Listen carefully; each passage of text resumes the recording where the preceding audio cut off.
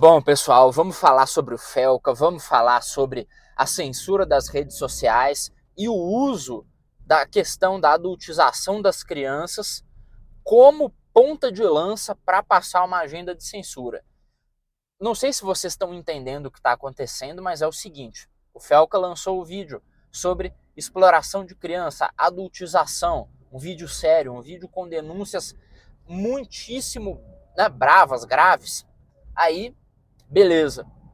No dia seguinte estava todo mundo repercutindo o vídeo e inclusive as páginas de fofoca e os influenciadores de esquerda estavam repercutindo esse vídeo com o viés de que é necessário haver uma regulação das redes.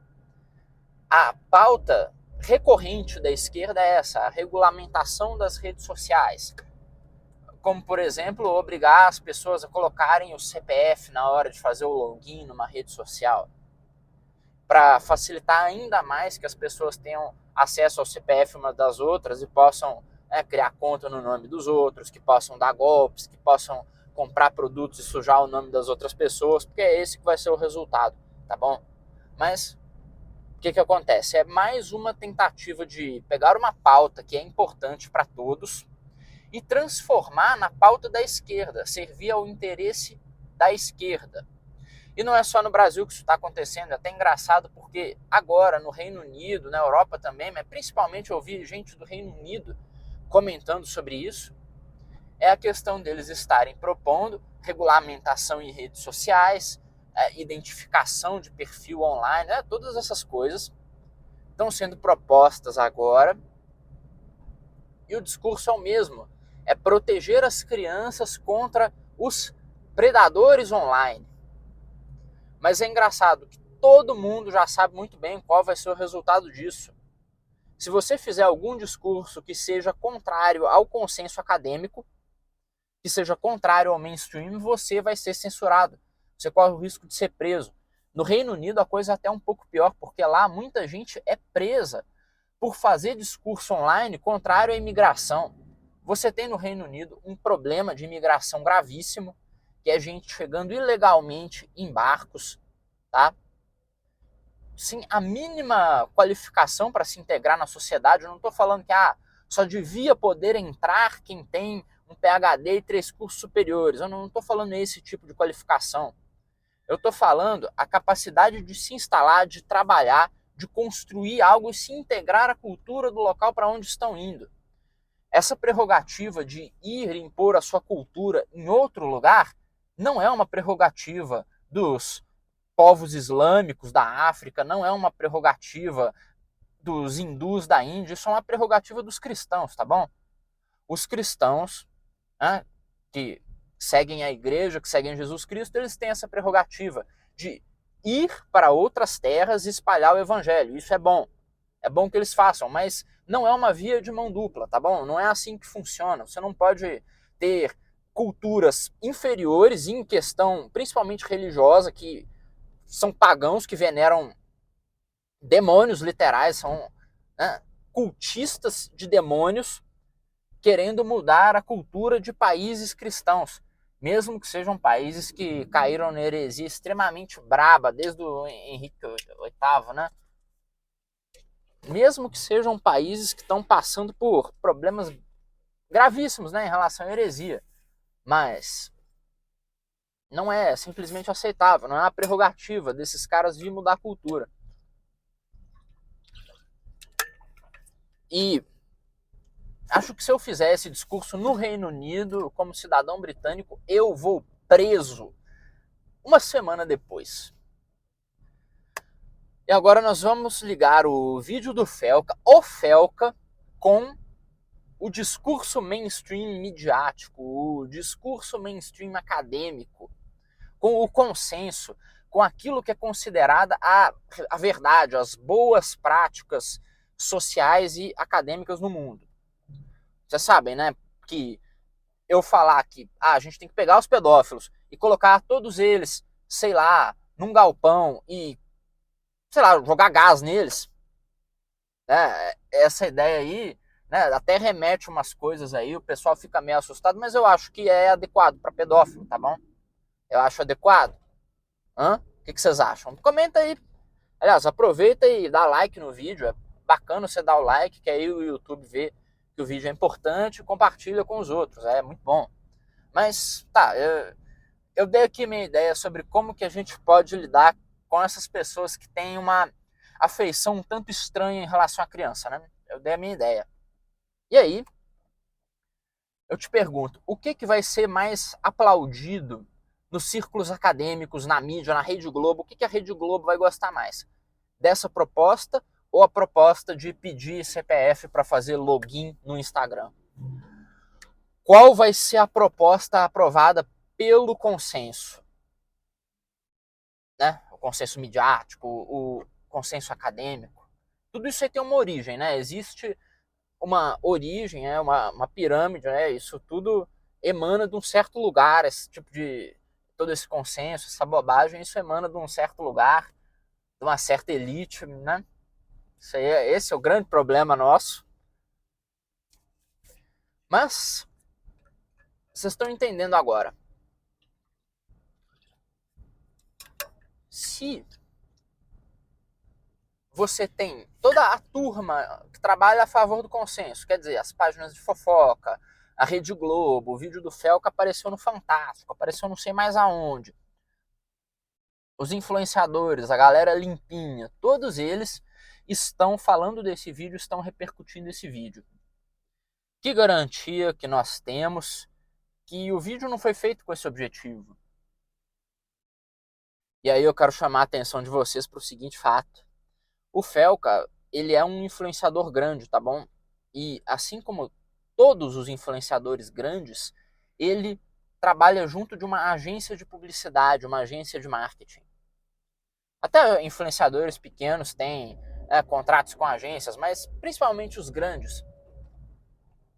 E qual é o problema das agências de marketing, dos publicitários? É o seguinte: elas são, em geral, compostas por gente degenerada.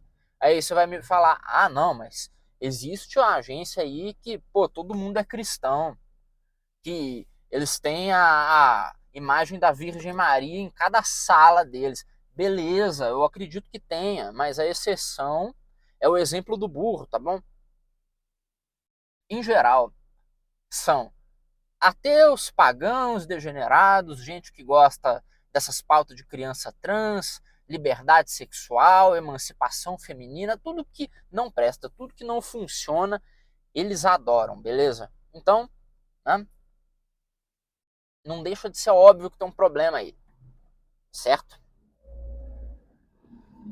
E aí, o Felca, eu não sei qual que é o posicionamento ideológico dele como pessoa, mas eu garanto que se existe uma agência publicitária fazendo conteúdo com ele, se tem uma agência assessorando ele na produção de conteúdo, a possibilidade maior é que essa agência aí seja, né, composta pela turma que faz o L, tá bom? Então, de todos esses influenciadores grandes, você pode esperar bizarrice, tá bom? A não ser que o cara seja grande o suficiente para criar o próprio ecossistema, tá? Ele não vai precisar de uma agência de publicidade porque ele já contratou o marqueteiro dele, o videomaker dele, e ele tem um ecossistema de produção de conteúdo quase que familiar, um negócio quase que feudal. Vamos lá dar um exemplo. O MBL funciona assim, tá? O MBL tem um ecossistema de criação de conteúdo que eles são a própria agência. É por isso que funciona, é por isso que não entram pautas estranhas, porque existe uma cadeia de comando para a produção dos conteúdos, revista e etc. E aí não entra esquisitice. Por quê? Porque não tem uma agência de publicitário maluco junto. Não é a mesma coisa, por exemplo, em grandes influenciadores da direita que surgem aí. Os da direita até, né, você não costuma ver esse tipo de coisa em gente extremamente ligada à política, tá? E aí eles vão ou comprar a narrativa do Lula, do Bolsonaro e produzir conteúdo com base nisso. Mas gente que produz outros tipos de conteúdo sempre vai ter uma agência e, em geral, você vai ver pautas de esquerda sendo impulsionadas. Eu não falei qual é o grande problema dos publicitários, né? Vamos lá, as melhores agências do Brasil, as agências mais conceituadas, que têm acesso aos melhores contratos, e não é porque eles são efetivamente melhores, mas é porque eles já são aprovados, né, pelo mainstream. Aí você tem, por exemplo, a Mind8, que é, né, uma agência de esquerda ligada à patota ideológica do Brasil. Então, não é que eles sejam melhores no marketing que os outros, mas os contratos dos grandes bancos, os contratos das grandes empresas vão acabar caindo na mão dessas agências. Por quê? Porque elas já foram certificadas como amigas da agenda. E aí vamos lá. Quem vai trabalhar nessas agências? Os melhores alunos das faculdades de publicidade. Em geral vão ser eles, a não ser, né, os que vão entrar pelo QI, né, pelo quem indica, existem em todos os lugares, mas em geral você vai ter os melhores alunos das faculdades de publicidade entrando nessas agências. E quem são esses alunos? Aqueles que funcionam de acordo com a cartilha dos professores. Professor de publicidade, você conhece algum que não seja um completo degenerado? Eu não conheço muitos, eu não posso falar, mas... né? Alguém faça uma estatística aí. Alguém faça. Vocês estão entendendo onde eu quero chegar? Você tem toda uma cadeia de produção que vai desde a faculdade até o influenciador na ponta, colocando merda na cabeça do povo. Tá? Você tem toda essa cadeia. E ela tem um ponto interessante, que ela é financiada pelas mesmas iniciativas. Ela é financiada pela turma que gosta de criança trans, ela é financiada pela turma que gosta de regulação de redes sociais, pela turma que faz o L. Isso é impressionante. Eu vou deixar até um pouco essa discussão em aberto, porque eu queria que alguém comentasse aqui embaixo o que vocês acham que está acontecendo. Qual que é realmente a estrutura que está fazendo isso?